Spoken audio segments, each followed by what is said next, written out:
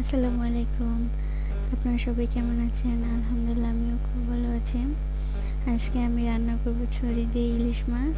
দেখতেই পাচ্ছেন আর থাম্বনেল দেখে সবাই বুঝে গিয়েছে হয়তো। তো ঘরে ইলিশ ছিল। তারপর আমার স্বামী আবার ছুরি নিয়ে আসলো। আর নাকি ছুরি দিয়ে ইলিশ মাছ খেতে অনেক ইচ্ছে করছিল। তো চলো দেখা যাক কীভাবে রান্না করেছি। আমি প্রথমে ছুরিগুলো কেটে সিদ্ধ করে নিয়েছি। তারপর মাছগুলো কেটে হলুদ মরিচ মেখে রেখে দিব। এখানে মাছের তেলগুলো পেটিগুলো ভেজে নিয়েছি। ইলিশ মাছের তেল আর পেটির সাথে গরম ভাত অনেক ভালো লাগে খেতে। এটা সবার কাছে হয়তো অনেক পছন্দ,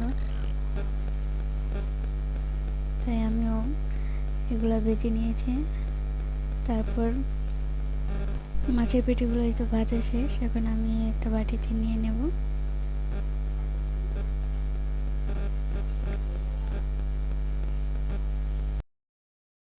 এই তো মাছের পেটিগুলো ভাজা হয়ে গেছে, এতে দেখতে পাচ্ছেন।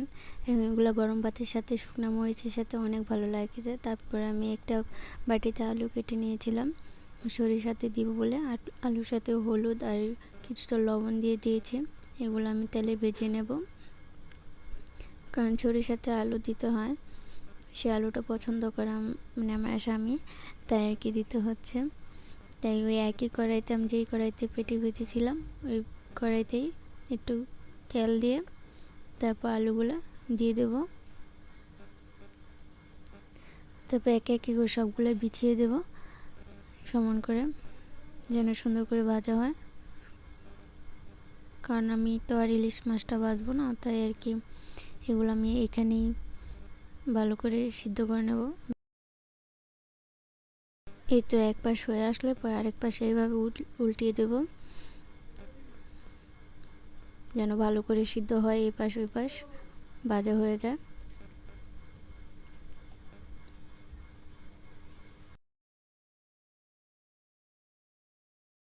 এখন আমি সিদ্ধ করা ছুরিগুলো সেই একইভাবে ভেজে নেব আলুর মতন করে।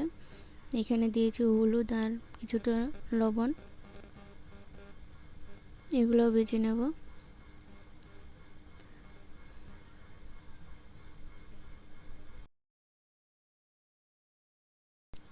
এই তো ভাজা হওয়া শেষ, এখন সবগুলো একসাথে নিয়ে রেখে দিয়েছি। তারপর কড়াইতে পেঁয়াজ দিয়ে দেব। তাই এখানে আমি আবার একটু তেল দিয়ে দেব, কারণ তেল কম হয়েছিল। তো এখন নাড়িয়ে পেঁয়াজটা ভালো করে ভেজে নেব। তারপর দিয়ে দেবো হলুদের গুঁড়া 1 চামচ, মরিচের গুঁড়া 1 চামচ, ধনিয়ার গুঁড়া 1 চামচ, আর দিয়ে দেবো লবণ পরিমাণ মতন। এইভাবে ভালো করে কষিয়ে নেব মশলাগুলো কষানোর পর আলু আর ছুরি একসাথে দিয়ে দেব, দিয়ে পানি দিয়ে ভালো করে কষিয়ে নেব। কষানো হয়ে গেলে তারপর এটাতে সমপরিমাণ পানি দিয়ে এগুলো রান্না করতে হবে। আর ঝোলের পরিমাণ কে কতটুকু রাখবে সেটা দেখে তারপর পানি দিতে হবে। তা আমি বেশি ঝোল রাখবো, তাই আমি এখানে পানি বেশি দিয়েছি।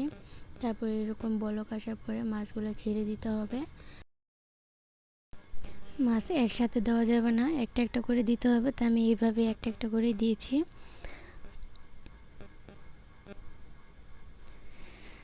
তারপর এগুলোকে আমি একটু হালকা নেড়ে চেড়ে নেব এপাশ ওপাশ করে। এই তো নেড়ে নিয়েছি। তারপর ঝোলটা কতটুকু হয়েছে তা চেক করে দেখতে হবে। কেউ যদি বেশি রাখে সেটা তো বলেছি, আমি আর বেশি রেখেছি, তাই আমি তরকারিটা নামিয়ে নিয়েছি। আমার তরকারি হয়ে গেছে, দেখতেই পাচ্ছ। আমার রেসিপিটা যদি সবার ভালো লাগে অবশ্যই সবাই লাইক কমেন্ট করবে আর শেয়ার করবে, আর আমার চ্যানেলটিকে সাবস্ক্রাইব করে দেবে। ধন্যবাদ।